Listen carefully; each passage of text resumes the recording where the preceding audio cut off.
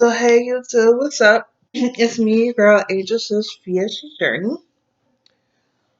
So here's the update with the Fantomine and cosmetics, everything. So I was checking around some clinics. I found a clinic that I definitely want to have surgery. So I am going to have it. Um so when I submitted the pictures, my pictures, everything to the clinic. Well, it's in Korea. I got it from another YouTuber called Cinderella. So I do want to go. There's some things I want to talk to you guys about. Um, oh well, first let me start saying if you just tuned into my channel. So I had the vertical sleeve where they cut majority of stomach off to they cut your stomach off to the size of a banana. So I had surgery January 9th, 2017. Highest recorded weight was 255. Biggest surgery I was 247. Lowest weight without any type of weight loss challenge or boot camp, anything. The lowest I got was, which was my doctor's goal, 107. I really, I got down pretty good, but I still, looking at my body, I still needed to lose a good amount of weight to get the results that I needed. Like literally, to even start to hit off to the results that I was looking for. You know how you have your dream of what you want to be, your final amount. And then you have like what we say your temp goal to getting your foot in the door, looking close, not quite to what how you want to look, like not your dream look, but you got you're close, you're right there in the middle. You're not where you were starting, and you're not quite to where you want to be just yet. You're where you're just feeling really good. Like the changes is so dramatic, so you don't really look like you're even overweight at that point, but you still looking sort of like in the middle, like medium looking. So I was even in the 170s and 180s, I was feeling pretty good. I was losing so much weight and I had lost so much weight, and then the getting into sizes 8, 9 jeans. Oh my God, that was love.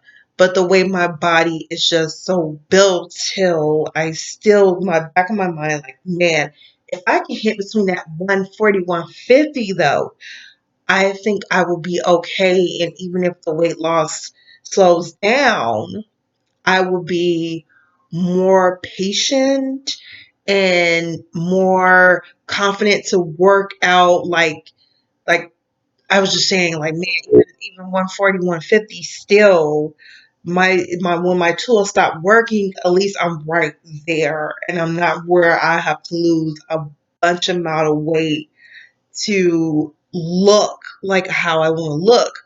But I can live with that 140, 150, just in case I just can't lose any more weight and get that dream.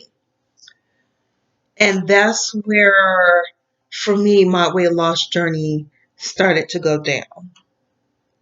I got to this 170 and still I hit the doctor's goal, but that wasn't what my goal was. And I'm sitting here like, I still want to hit at least even 100 pounds off. Okay, so I did not hit my 100 pounds off like I was looking for. And I started to stress eat. And then I'm like, you know what? I need to diet. I didn't go through this for a piece of crap. So I joined a weight loss challenge and all these things, getting my weight down. So I dropped a few pounds. I got down to 168 in 4 weeks. Okay, that's great. I was sitting at like 175 something in between there and dropped down to this 168. Well, 167 actually. So I'm feeling pretty good. My size was starting to drop down. I'm starting to get the results I want. But the challenge was only for 1 month. It was a keto slash intermittent fasting, with weight training.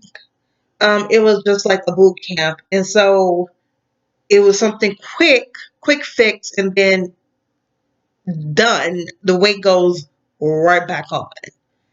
And this time, over an amount of time, it went back up to 218 pounds. And so then, just giving you guys a recap, this past October, I got into taking the phentermine, an appetite suppressant, um, where you're not hungry for 4 hours. Okay, so that really is, it has also a lot of side effects to it. And I was paying out of pocket for it. And you can only get up to 3 months supply because the doctor will not subscribe any more pills after that because he said the pills are too dangerous. He can only give 1 bottle per month for only 3 months. Okay. So I started that and October, November. Okay. So I lost 25 pounds off that pill. And let's say I was in between this 218 to 220, and then I got down to my lowest 190. So I've been bouncing back and forth between this 190 200, but for the most part I've been maintaining the weight off, so that's great. So this month I actually was supposed to be on my third bottle. I end up not getting my third bottle this month. And the reason why, because with finances and other things going on, realistically, I just couldn't afford it. Plus, 2 reasons. Second reason, the side effects started to kick in. Like I was oversleeping, having a hard time getting up for classes. And that took a big burden, and then just like my doctor was saying, well, the nurse was saying, if you feel a little drained from these pills, just remember it's from pills. I didn't feel anything when I first started taking those pills, not for the first 2 months. Then I started to feel a little drained, and I started to feel a little lack of energy and even working out. I actually went to the gym a few times this month, and I haven't been back. Well, last month I didn't do that good, and I paid $40 for the same weight loss challenge again through the same exact person. And I mean, yeah, I dropped down. I want to say it's water weight because I mean, looking at the before pictures when I posted in after, yeah, it was a big difference, but still, it's like another quick fix. This is just a month. That's not a diet that I can stay on. We did the whole keto intermittent fasting again this month, but that's not something I can keep. That's just not realistic. And thinking about it, going back to my diets, I wasn't on a doggone keto when I was losing all that weight. I was eating healthy. I was eating cleaner. Yeah, there was a few limitations, but it was livable, and I was enjoying it. I was working out every single day. I was feeling good. And when I wanted to have a piece of chocolate in my mouth, I did. And the only thing that really affected my weight loss is when I got completely lazy and really frustrated when the weight loss was slowing down around the time that I would say I was getting, I had my, well, I'll say, well, I was at that 170, and then the weight started to slow down. And it went slowing down so fast, and I was so quickly, and I was having a hard time burning off the rest of that weight. But when I talked to another doctor, they said, what she was saying was, I chose the vertical sleeve. If I really wanted to get down that small to what I was looking at, I should have got the RNY or the the DS, the do no switch, or however you say that doggone surgery.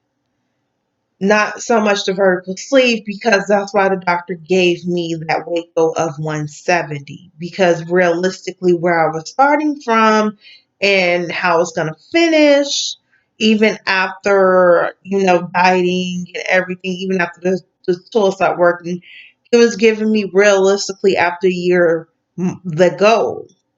And she was saying, really, if I wanted to get down that small, I should have got the Iron Y. The reason I didn't get the Iron Y is because so many people had complications with the Iron Y after they had the surgery. And it's not to say everybody, because there was just so many people that had success with the Iron Y. And there were so many people, they posted it on YouTube, and you can't really go by. Some of them really I really believe some people just really just didn't have anything wrong with them, and it's just a bad luck. Their body just didn't take to the surgery that good. But that doesn't necessarily mean anything's going to be wrong with me. I didn't had a reduction. I already had, surgery before. And I'm a pretty healthy girl, even though technically I fall into the category of a cigarette smoker. Um, but I did quit for good. What was 6, 7 months right after just having that surgery, period. I wasn't about to do anything that was about to screw up my health, not even a cigarette to my mouth. I was doing really well. And not, you never know. And you really just can't look at somebody's health because you don't know, maybe that's genetic and that's the problem. Something else is in a genes. Honestly, my heart really do feel that I would have I would have been even more happier. But I wanted to do what I felt was going to be a healthier choice. But honestly, nothing, any type of surgery is dangerous. It didn't matter. So I really should just pick what I really wanted, but I didn't do too much research on the R and Y. I just saw all these people, huge success, and a huge amount of people that had complications. That's all I knew about the Iron Man. The VSG, everybody, I saw a few people that were disappointed that they didn't make their weight goal. For the most part, everybody looked happy with the VSG. And the doctor thought the VSG was a good choice. So that's what I picked. But then again, my first surgeon that was supposed to do my surgery quit, and I ended up going with another surgeon. So realistically, I should have just told that surgeon what I really wanted. And he did talk to me. He did ask what did I want, and I said the Vsg. I should have told him exactly where I wanted to be. I should have got down to the point, but I didn't. So, not to hold you guys up and stuff. So, anyways, so here we are sitting at this 200, wanting to lose weight and all this other stuff. So like I said in previous videos, I have already tried to go through other doctors trying to get a revision. There was literally only one other hospital other than the place where I got my surgery that could do the revision. And that hospital said no. The rest of everybody don't do revisions. And so this is literally my only other alternative. And so we're gonna try this. This is one other hospital we're gonna try. I'm gonna go tomorrow. My blood pressure, I had never had problems with blood pressure. I've been having problems with high blood pressure. And it really doesn't have anything to do with those medications because my blood pressure was high even when I started. And the nurse checked it and she was like, you have high blood pressure. She gave me those medications anyway. And I'm sure my blood pressure has went up since. So, but that's not good. It really ain't. But at first, when they were asking me, was there anything else wrong with me other than what was going on, I said no, because there really wasn't. And there was no high blood pressure or anything that I can really claim other than, what they looked at, that my sleeve was just a little big and maybe I needed to be re-sleeved. But the staff was being a piece of crap. But I'm sure if I would have talked to the doctor, he would have did it. But I'm like, you know what? The doctor has to work with staff too. So I'm trying another place, and this is my last only hope. Otherwise, I have to pay out of pocket. Something I don't really want to waste my money on something that Medicaid covers. I think that's ridiculous. But we'll see how this goes. So tomorrow I have an appointment in the morning with a doctor. I'm going to ask for either the RNY this time or the DS. The other last doctor thought I should just do the RNY. So I'm going with my brain, the RNY. So tomorrow's my appointment. We can see if the doctor will say yes. I already know my insurance won't say no, to be honest. They don't never say no. Like a penectomy is really hard to get. Like, y'all, let me show you my stomach. Okay. So this is my stomach. Okay. So yeah, it hangs over a little because I'm fat. Okay. And I got a fat stomach. I got approved for a penectomy. Like with no problems. They approved it. Actually, the fucking penectomy should have been harder to be approved for opposed to a fucking revision. But it's not. I got this fat stomach and they're like, shit, you need it. So pretty much that's why they approved it. So a revision, I would think, would be a little more, of what I would need opposed to penectomy. Honestly, I really don't think my insurance would have a problem. It's the doctor and the staff and working with that. So I'm just crossing my fingers that the doctor at least, because the other ones didn't even bother to send squat to the insurance for an approval. They didn't bother at all. They just flat out said no. So that's been a problem with me trying to get the revision. So I'm crossing my fingers that this doctor will at least send the stuff to insurance and see if they will approve me getting a revision. I'm gonna try to go with, which is true, high blood pressure and then my bad knee. And I know, it has nothing to do with other than because of my weight. I noticed as soon as I started to put weight on, I started to know problems with my knee. And it's this one knee and it's swollen, and I know it's because of the weight. And when I'm losing weight, dropping pounds, then it doesn't bother me. So I know it's because of this doggone weight. It's just time to get rid of the weight, period. So that's the update with that. Tomorrow at the hospital. So I am going to document it. The Cinderella is something I'm gonna have to work my way into because what I'm going for is going to be rhinoplasty. They also do, because it's a celebrity clinic and they did worked on celebrities there. They also suggest that I have um do some facial contouring. Um, so you're looking at about, it was like almost 12,000. I honestly, that's pretty doggone good for the type of surgery and a mini facelift. Also, the whole thing is almost 12,000. Not bad, not bad at all. Not for all that stuff. You looking at something that's like $50,000 in surgeries, and I'm about to get it done for like 12,000.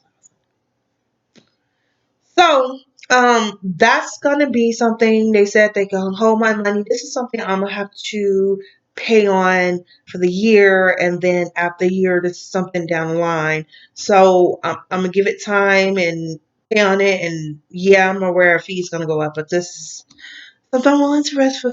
That's opposed to 50,000 in with a celebrity clinic anyway. That we know is pretty good, but they're never say never. So, but that's something down the line. I'm more worried about what's going on with, my weight and everything. So I will update you guys tomorrow after. the date, at the appointment. And I will see you guys in the next video, and you guys stay tuned. And oh yeah, this is what I wanted to say. Talk to y'all about. I noticed, like, I thought about having nose surgery a long time ago because I got a fat nose. But I never thought about like my chin and facial contouring, maybe a facelift. I said will look good as I got older. Just know that you don't have to have these things, that you are a natural beautiful person. And you don't want to be hooked on YouTube so much, even though you admire that stuff so much, because of stress of trying to pay for these things when you can't really afford them. That's going to bring down your self-esteem so much. And then it's going to bring it down so much. So when you're looking at yourself, you're really going to feel that you're not all that attractive, because now you're looking at something that your mind is concentrating on it so much that is blinding out the rest of your face in reality. And that's not something you want. So a part of me is like, I'm glad that this is about to cost me $12,000. That I don't, that this is something I'm just going to pay out of pocket without a loan, because this gives me time to put the things that are important first.